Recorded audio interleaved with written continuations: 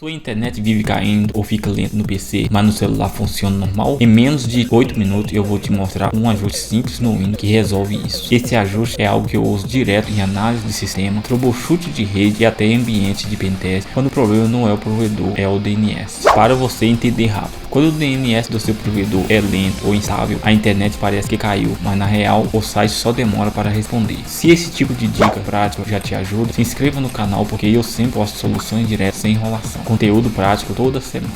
É usar aí o DNS, tá? Então ele vai bloquear malware e conteúdo adulto também. Então se você configurar ele na sua rede, todo mundo que conectar na sua rede tentar acessar conteúdo adulto ou acessar um site e tiver malware naquele site, vai ser difícil daquela rede ser infectada, né?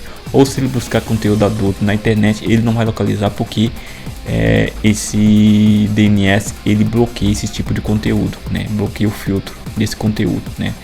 Então eu vou fazer a configuração desse aqui, ó, desse DNS final 3, tá? E eu vou configurar ele com IPv4, tá? Você pode configurar com IPv6 também, né? Mas o padrão atualmente é o IPv4, né? Então o que eu vou fazer? Eu vou aqui, ó, vou aqui no menu aqui de internet, ou você pode vir aqui, ó, em painel de controle. Eu vou ensinar o caminho mais fácil que eu acho. Vou expandir e aqui você vai procurar aqui. Deixa eu maximizar esse aqui. Você vai procurar aqui por qual que é o nome? Central de rede e compartilhamento, né?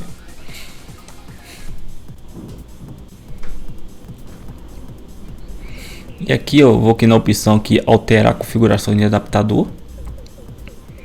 E aqui eu vou pegar minha rede, né? A rede que eu tô usando agora nesse momento. No meu caso eu tô usando aqui a rede Wi-Fi, tá? Então vou clicar nela com o botão direito, propriedades. Aqui eu vou procurar aqui por IPv4, tá? É o IPv4 que a gente já configurou. Se fosse IPv6, você clicaria aqui no IPv6. No meu caso é IPv4, clicar com o botão direito IPv4. Clicar em IPv4 e ir aqui em propriedades. E agora aqui eu vou usar aqui, ó. O meu caso aqui ele tá pegando o IP automático, tá? Não é IP fixo, beleza, mas essa parte de IP eu vou deixar assim mesmo. E aqui a parte aqui de DNS tá aqui, tá pegando automático, que na realidade ele tá pegando o DNS da minha operadora, né? E eu vou mudar aqui para o DNS que eu quero, que é o da Cloudflare. Então eu vou colocar aqui 1 e aqui 1.1.3 e vou dar um OK e só aplicar, né?